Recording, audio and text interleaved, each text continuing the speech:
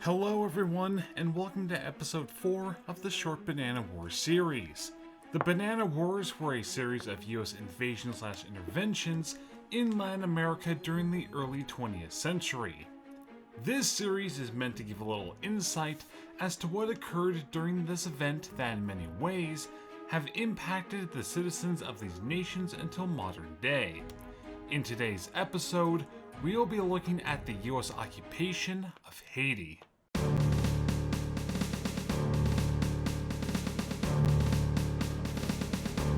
Between 1919 and 1915, Haiti was politically unstable. A series of political assassinations and forced exiles resulted in 6 different presidents holding office during this period. Various revolutionary armies carried out the coups, and they were enlisted by rival political factions under the promises of money which would be paid after a successful revolution. The United States was worried about German influence over the island nation. Haiti had around 200 Germans within its community, but these Germans held a massive amount of economic and political power. They had married into predominant Haitian families and built up a good portion of the modern transportation market as well as the ports of trade. The German Empire in turn had tried to exert some influence over the Caribbean since the 1880s against the wishes of the United States.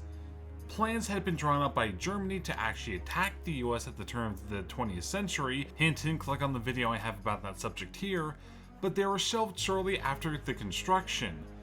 American businesses' interests were also at odds with them, as the vast mineral and material wealth of Haiti was well known to many of the world. The Germans also served as the principal financiers of the nation's revolutions, floating loans at high interest rates to the competing political factions. Because of this, they were regarded as a threat to American financial interests. The US military leadership believed that Haitian Germans were tied directly to the government in Berlin. To counter this influence, the US sponsored a New York-run group of investors to buy out the only national bank in Haiti, which would effectively put the nation's commerce under American investor control. In December of 1914, the US military seized the Haitian government's gold reserve and transferred it to the investors' bankers, as well as slightly assist Jean Fabre Guillaume, or just Sam, in becoming president in February the following year.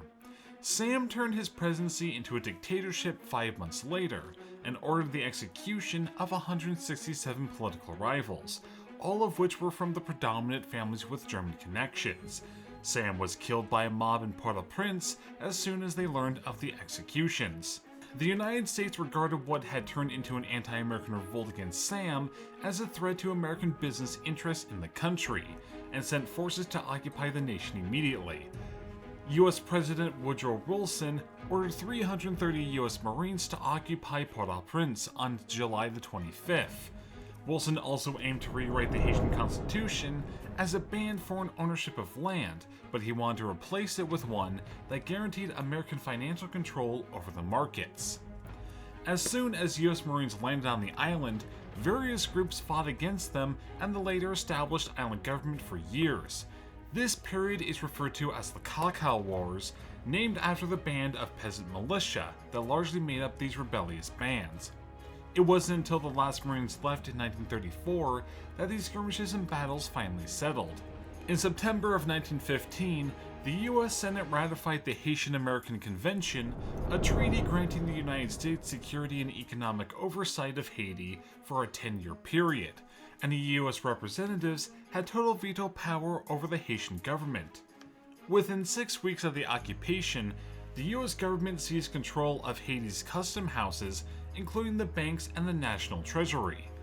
Under governmental control, a total of 40% of Haitians' national income was designated to repay debts to American and French banks, and would control Haitian external finances until 1947. Under the occupational government, civil conscription was put back into place, with a series of roads, bridges, schools, communications, and public works projects being built all around the nation. Thousands of citizens were also shipped off to work in the sugar fields in Cuba and the Dominican Republic, as the sugar crop didn't have the same export potential as the other two nations.